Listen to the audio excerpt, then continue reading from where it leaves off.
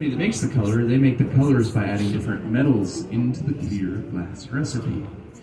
So Claire has rolled through two different colors. She rolled through a green, she rolled through a blue.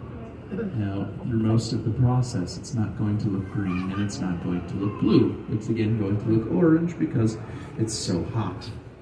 But these colors are formulated to be quite dense and stretch and go a long ways, so the colors will lighten a little bit as this piece does cool down eventually. But she rolled through these colors in such a way that we actually have a color fade. So half of the bubble is blue, half of the bubble is green, and they'll transition really nicely into each other. Now that will be hard to see until we get further into the process. But after melting all of that color in smooth, Claire's going to smooth the glass out. She'll roll through this wooden scoop, get a nice round, even shape, so that when she begins her inflation, the bubble will inflate evenly and uniformly. If we have an irregular shape now, and we start our bubble, then it's not going to be the appropriate shape. This is crazy. So she blows into the glass. Watch closely. You should see this glass grow and expand a little bit. She trapped air in the pipe. That air expands and pushes into the soft glass, forming a bubble. Did you see it get a little bigger? All right, that's glass blowing. Our next demonstration will be at 12:45. No, kidding, of course. This is just the beginning. This is the foundation of the piece that we are making. We want to make a bigger piece for you, but the problem with glass at 2,000 degrees is that it is so runny, it can't support its own weight. At 2,000 degrees, that glass moves like honey. So instead, we'll let this bubble cool down. As it cools, it will stiffen, it will become rigid, and then when we return to the furnace, we'll get 2 to 3 times the amount of glass from what we have now. So we'll just wait for that to cool down. In the meantime, I can open up our furnace door and you'll be able to feel the heat coming out of the furnace. You feel it? Me too. Close it right back up. It's nice in the winter. Best place to be in the winter. Or in the morning, you come in here, you're a little stiff, you stand in front of the furnace, start to stretch out, loosen up all those sore muscles. No, don't look right at that. It's too bright. A little rotisserie action, spin around to warm up. But all of the glass sits in a ceramic bowl in the bottom half of the furnace. We dip the pipe down beneath the surface and we turn and we spool and wind up the additional layers that we need. We call these layers of glass gathers. We would say that this is a 2-gather piece. And all the things you see along the front of the stage are also 2 gathers of glass. So roughly the same amount of material. Now we want to shape this glass up just like we did before. We use a wooden scoop to do this. These wooden tools are soaked in water. That's why they do not catch on fire. The water in the tool turns to steam, and then the glass floats on this little layer of steam within the tool. So we'll sometimes use these wooden scoops for a couple of years before we have to replace them. Fruit woods are ideal. They burn out slowly and evenly. They have a very dense grain pattern. But they also have a low resin content, so there's not a lot of sap that burns up and leaves residue behind on the surface of the glass. So the wood scoop, that gives us one initial round shape, but this tool allows us to shape that glass much further using the palm of our hand. This tool is newspaper. It's about 7 to 10 sheets of newspaper. Not just any paper. No. Locally sourced. It's our Corning leader. Local paper. So about 7 to 10 sheets of paper. You fold it up, you soak that in water as well. And after about a week, we have to replace it, not because it's burnt up, but because it's wet paper. So eventually it just gets mushy, it starts to tear, it starts to fall apart. You can still see a little bit of the text on the back side. Something about New Orleans. Anyways, works great. Now these wet tools, they do cool our glass pretty quickly. So we have a secondary furnace here. We call it the reheating furnace. So Claire reheats the glass at the reheating furnace. No glass inside, just a big chamber of heat. So she's warmed the glass back up to make it soft, and now she'll blow it up a lot. To inflate this glass, she's connected a tube onto the end of the pipe. This is part of an inflation system. So she's pushing on a pedal.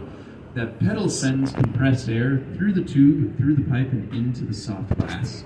So this is a way that she can be both shaping and inflating at the same time. Now the alternative to this is that I would be crouched down at the end of the pipe She would tell me when to inflate, how much pressure, and when to stop. And then also, it means that I'd be following along as she rolls the pipe back and forth, trying to blow through that pipe. And that's the traditional means of glass blowing. That's how we've done it for 2,000 years. We started using this system just a few years ago, 2020. We all had masks on, so we couldn't blow glass the traditional way. So this was the solution to allow us to keep coming to work and doing demonstrations. And then after using that system for a couple years, we just got really used to it, and it's actually quite effective and efficient. Now, sometimes people say that we're cheating, but we're not really cheating. This is no different than if I was down there inflating the glass myself. That system is only set to about 1.5 psi, so it takes very little pressure to inflate glass as long as it is hot. It's soft, it's easy to blow up. That's probably less pressure than you would ever use to blow out a birthday candle. So it's easy to inflate glass. Now this also means that if we want, we could use our big strong glass blower lungs. We could blow really hard this amount of glass. We could easily make it bigger than a beach ball, thinner than cellophane, and we could actually pop the bubble. And that is kind of cool and interesting to see, but it is quite messy, and it does make a very short demonstration. So we don't typically do that, but it's possible.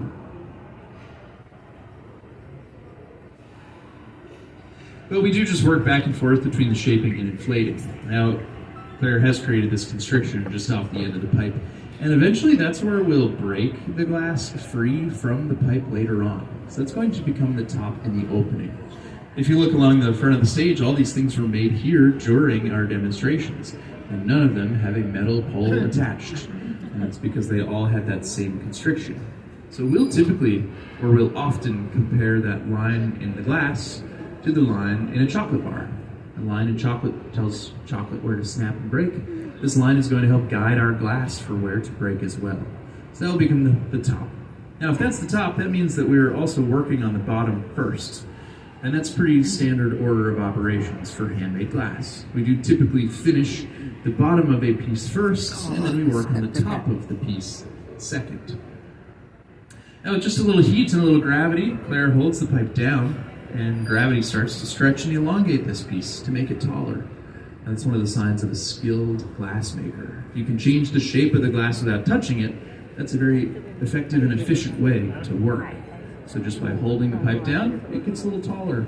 If she wanted to make something low and wide like a bowl, she'd do the opposite. You take that round bubble, hold it up towards the sky, and it will settle back to make a more of a UFO shape if we were looking for something like a bowl or a platter. So just a little stretching makes this piece a little bit taller.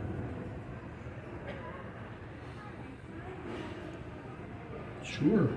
Now since this part is the bottom, we need a way for this to sit.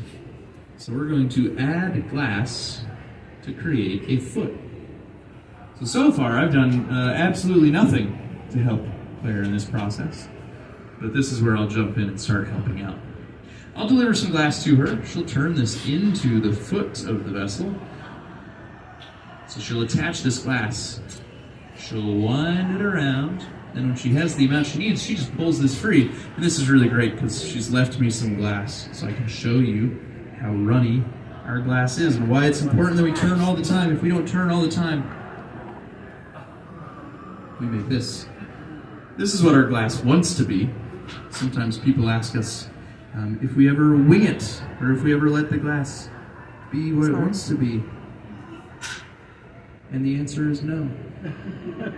This is what it wants to be. We have to tell it what to do all the time.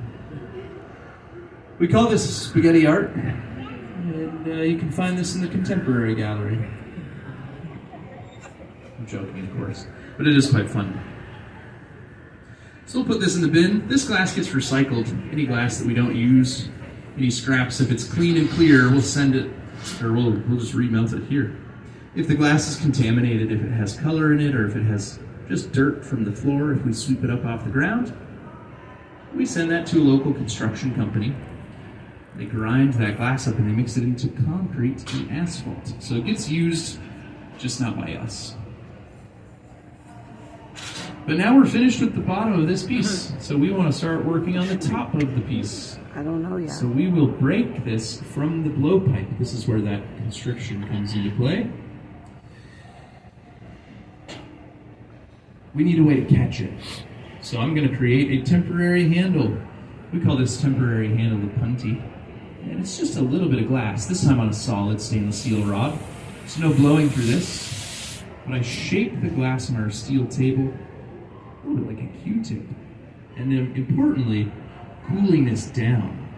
If I attach this and it's too hot, it will fuse permanently and we won't be able to break it free at the end. If it's too cold, it won't adhere well enough and the piece could fall off before we're finished. So it's got to be just the right temperature. Now Claire's piece also has to be just the right heat. If we go to break this from the pipe and it's a little too chilly, the whole thing could shatter into a bunch of pieces. So we place the punty right in the center. This is a perfect shot, bullseye. And then to break this glass from the blowpipe, we'll create thermal stress. So we'll intentionally cool the glass very quickly. That will cause the glass to cool and crack. Yeah. And then all it will take is a couple drops of water to create these little fractures. A little tap, that piece breaks right off. And I say we give Claire a little round of applause. That's perfect glass breaking. And now we'll spend time reheating the top section to make it soft again. You're welcome. So this glass does still break like glass breaks at home. It's sharp and it's jagged, so we'll spend some time reheating that. This is a good time for questions, if anyone has any questions. Stunned silence. That's all right. Oh, you do have a question, okay. I sure do. The glass that's in that oven. Yeah. Yeah, what goes into our furnace to make our glass? You've probably heard that glass comes from sand. This is true, but it's not like beach sand. We're using a very clean, pure silicon dioxide, a sand mined out of the earth. So we mix a couple other ingredients in. Our recipe is about 70% sand, 20% soda ash, that's a flux, lowers the melting point, and the final 10% is limestone. So we call this soda lime glass. So to put into our furnace, we get this stuff. We call this batch. This is that combination of 3 ingredients. So every few days, maybe every 4 or 5 days, we'll usually put 50 to 100 pounds of this stuff back into the furnace. And then we also usually mix in a little bit of clear recycled glass that we've used here as well. So this is what goes into the furnace. We actually get this from a company in Sweden, so they do all of the mixing and sourcing of these materials for us. Soda lime glass. So that's soda lime glass, that's our clear. And then if we want to make this green, the company that we get our color from, they start with the same recipe. Then to make green glass, they'd add this red stuff. This is iron oxide. Iron oxide, when it's melted with glass, turns it green. So it's a lot of science and a lot of chemistry. Most of us went to art school, so that's why we just buy the colors. We're not doing the chemistry ourselves. But it's very convenient that way. There are probably 4 or 5 companies around the world that make glass specifically for this type of artistic glass making. But we've chosen this company in Sweden for a couple different reasons. But one of those is because they pelletize the glass. Some companies don't pelletize this, so it's very fine. It's almost a dusty powder, and that's much dirtier and messier to use. So this is a better alternative for us. It's safer to handle and a little cleaner as well. But Claire just cut some glass right off the top of this piece, and this is great because then I can show you how quickly our glass cools down. She was able to just cut through this with a pair of shears, soft, squishy, but now if I drop it on our steel table, you can hear it's totally rigid. So we have about 15 or 20 seconds to change the shape of our glass at this point because we've blown it up, we've stretched it, we've made it thin. So it's cooling very quickly. So she'll do the same thing, creating 3 points on the top of this vessel. Now before we started, she did tell me what she was going to make. She told me she was going to make a fazzoletto, which translates from Italian to handkerchief. So this is a handkerchief bowl. And when we're finished, it's going to look very much like fabric. So it'll be exciting. It'll be a big, flashy finale. But by cutting in, making these little U shapes, we get some points for our fabric type design. Now again, when we cut through glass, we do leave a little rough edge. So after heating, that does soften back out, and we melt some of that roughness away. You can really see what part is the hottest, just at the very top edge. It has a little bit of this orange glow, so we know that it's hotter than everything else. But that's not really what Claire looks for to understand the temperature. What she looks for is the way that the glass moves. The hotter that glass is, the softer it gets, the more it moves. So you'll be able to watch closely because this will be the finale, I believe.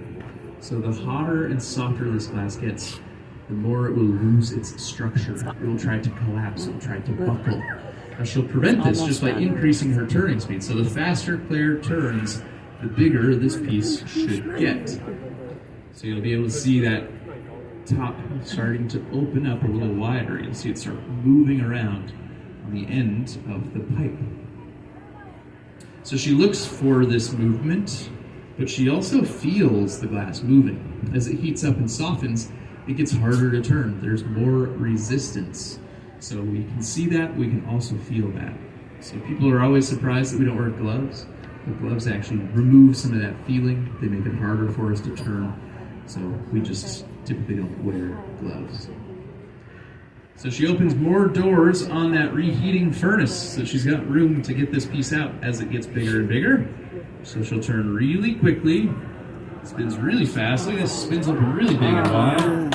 And then when she holds it down, it falls and flutes and drapes. Oh, that's pretty. And this is where we get that handkerchief. Wow. Style. That's really pretty. What do you think? Wow. Now we do want to save this bowl, so the final step is a slow cooling process which we call annealing. If we let this sit out in the open air, as this glass cools, it will shrink and contract, and it can crack and break if it cools too quickly. So we'll put this into an oven that's just below 1,000 degrees Fahrenheit, and we'll cool the glass slowly overnight. So a little bit of water, a little tap, that breaks right off. We'll fire polish the bottom. Make sure there are no sharp spots left behind. And then tomorrow, the bottom section will be brighter blue, the top will be a brighter green. And we'll be able to fill this up with, I don't know, candy.